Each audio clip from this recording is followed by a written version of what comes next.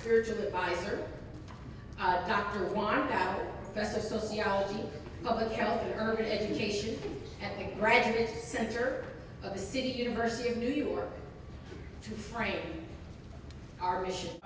This historic annual convening is intended to bridge the gaps and clear up misunderstandings about gender identity and sexual orientation, including the intersectionality with racial equality.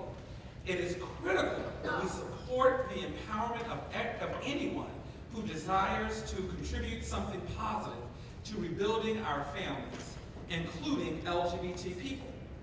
Core to this goal is changing public policy in order to create safe spaces for Black LGBT people to work to protect and to support their parents and children, to attend school, to simply walk the streets authentically as themselves. Lesbian, gay, bisexual, transgender, out, proud, empowered, and respected.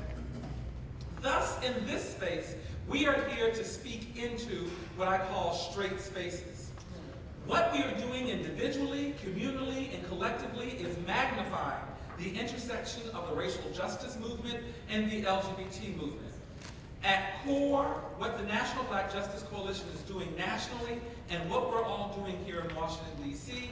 is raising the visibility of LGBT people of color in our own communities.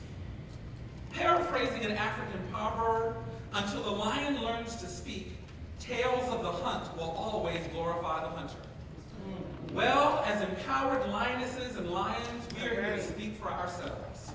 We are not what we are called, but we are what we call ourselves.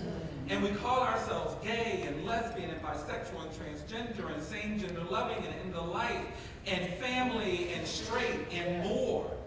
Further, we call ourselves women and men and sons and daughters and mothers and fathers and sisters and brothers. Therefore, anything that affects any of our family members also affects us.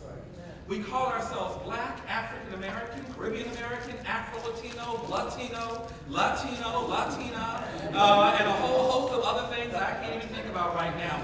But the point is, whatever affects our broader racial community also affects us. Race, class, gender, age, sexual orientation, region, religion, physical ability, political affinity, all work together to make the individual and collective magnificent mosaic of who we are, not only gathered in this room, but also gathered in this city for this historic event. And it is as a beacon of light on a hill that we come to Capitol Hill, into the White House, to shine our beam and speak for ourselves. For we truly believe that the only people who can save us from us is us. Right. So we are out on this hill speaking for the totality of who we are. This is not a one-size-fits-all event. Each of us should work to define this moment for ourselves individually.